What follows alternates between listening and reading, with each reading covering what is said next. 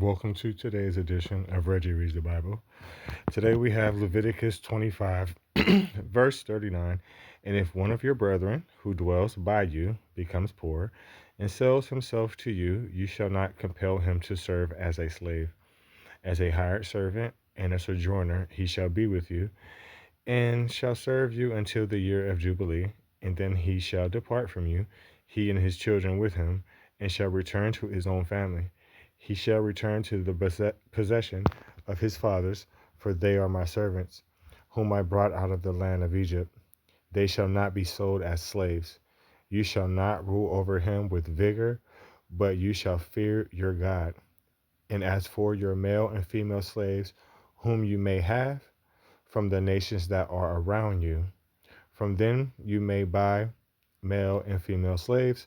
Moreover, you may buy the children of the strangers who dwell among you, and their families who are with you, which they beget in your land, and they shall become your property. And you may take them as an inheritance for your children after you, to inherit them as a possession. They shall be your permanent slaves. But regarding your brethren, the children of Israel, you shall not rule over one with vigor. So I think that's kind of self-explanatory. The bottom part, I just was having a little bit of trouble reading because the screen is blocking it a little bit. But I think that last verse pretty much sums it all up. So my interpretation of this, and literally what it says, is basically any person of Israel is to be treated as if they are your brother, and they are your brother and sister. And if they are to get into hard times and fall short on money, whatever, that pretty much they can sell themselves to you as an indentured servant or like a maid.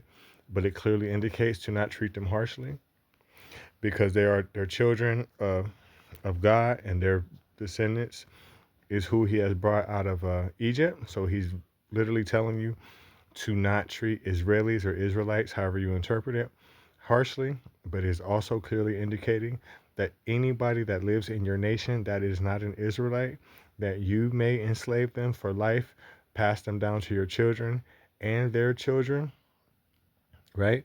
As you can clearly see at the end, and you may take them as an inheritance, to inherit them as a possession and be your permanent slaves. That's totally fucked up.